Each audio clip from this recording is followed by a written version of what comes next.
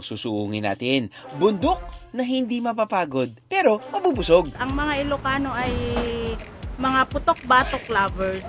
Bata pa kami, namulat na kami sa mga pagkain ganito like charon bulaklak, bagnet, lechon. Kami po kasi mga Ilocano, mahilig po kami sa kilawin.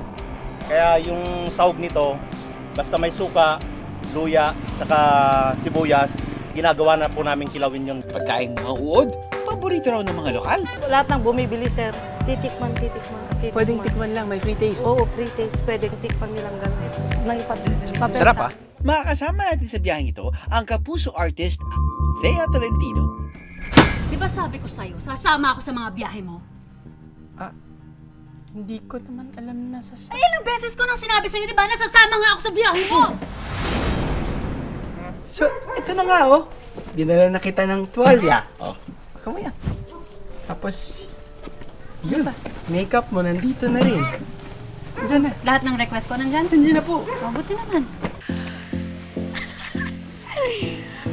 Buti pa to, nalalakad ko. Mga pusa ko, hindi. Galing. Very natural, Thea. So, hindi. Ang hina. Dito.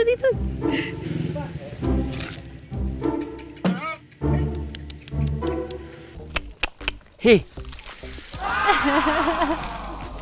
Oh, smile. Ho! Smile ka muna sa camera. Cheers! Cheers!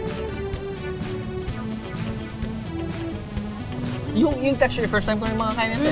Texture niya parang gelatin. Yeah. Alam niyo yung candy ng pambata na may mga asukal? Yun. Minus the asukal. Minus the asukal. Yung chewy siya. Sobrang saya. Parang ako nag-workout. Tagal ko lang din nag-workout with kasamang muni-muni. Sa biyaheng ito, mga lokal na norte ang ibibida. Ang pag-aangat ng lambat, pinagtutulungan ng mahigit 20 katao. Wala pa yan. Konti pala yan. Pag sunerte yan, pulo yan. Ah, talaga. Enjoy, masaya. First time namin nakihatak ng lubid. Sa bayan ng Badok, sa Ilocos Norte, pinagmimilagruhan daw ng isang birhen. Nagsimula po kami naging deboto ni La Virgen Milagrosa po nung ipinanganak ko po yung kambal ko po. Kasi premature po silang lumabas at may butas po sila sa puso at 50-50 pa po sila. Kaya po lumapit po kami sa kanya para humingi po ng tulong. Ang tanging kinapitan nila ang milagro ng birhen at larawan nito na laging daladala ni Norlin. Ayan po, okay na po siya. Malaki na po siya at nag-aaral na po siya. Maraming dumating na delubyo, kagaya ng Bagyo at saka yung Lindol. Hindi po masyadong napinsala ang lugar namin po.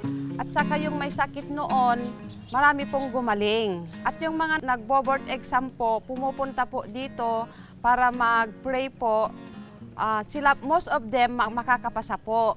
Tara na't subukan kung paano mamuhay ang isang lokal sa Ilocos Norte.